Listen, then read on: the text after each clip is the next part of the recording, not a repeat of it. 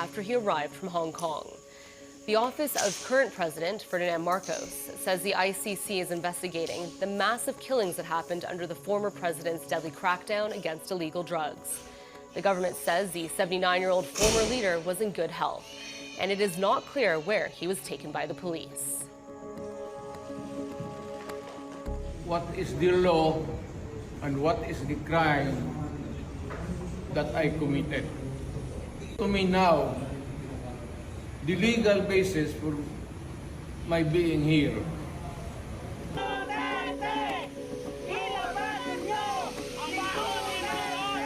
Mayado, galit po ako.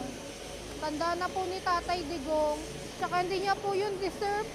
Kasi yung ginawa niya para po yun sa Pilipinas. Maayos po yung panahon noon, tahimik. Nabawasan po talaga yung krimen. Nagkaroon po ng kaayusan nung siya yung nakaupo. Hindi niya po to deserve.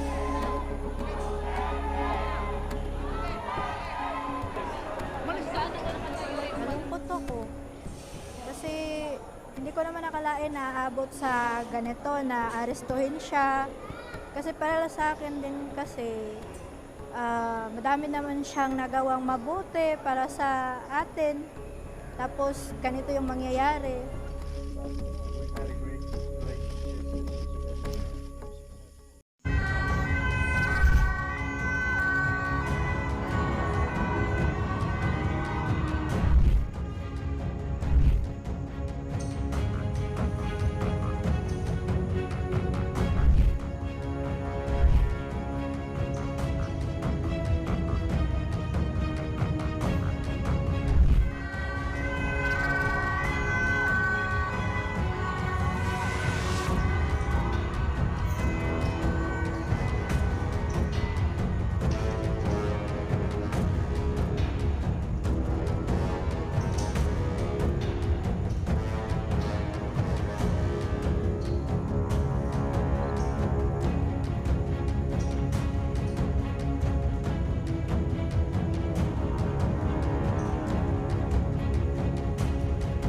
这是一个重要的突发事件，中方注意到有关消息，并正在密切关注事态发展。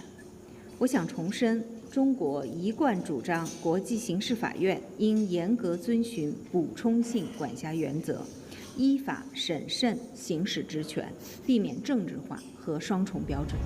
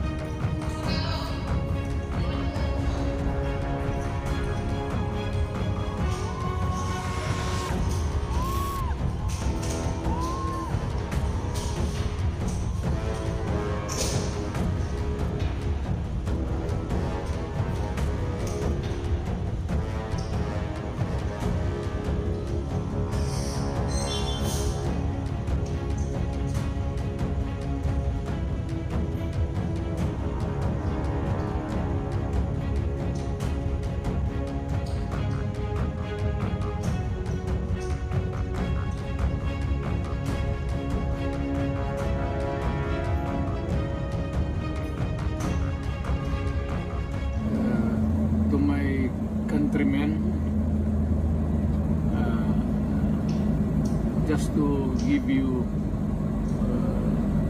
the current situation, I am about to land sa Hague. Galing ako Dubai, stop po agad for it's a long haul, it's a long flight. Okay ako, do not worry. And I think this is something to do with the law and order noon. At sinasabi ko naman sa mga pulis, military na trabaho kayo at ako ang managot. So ito na nga, for all of the whatever happened in the past, gusto.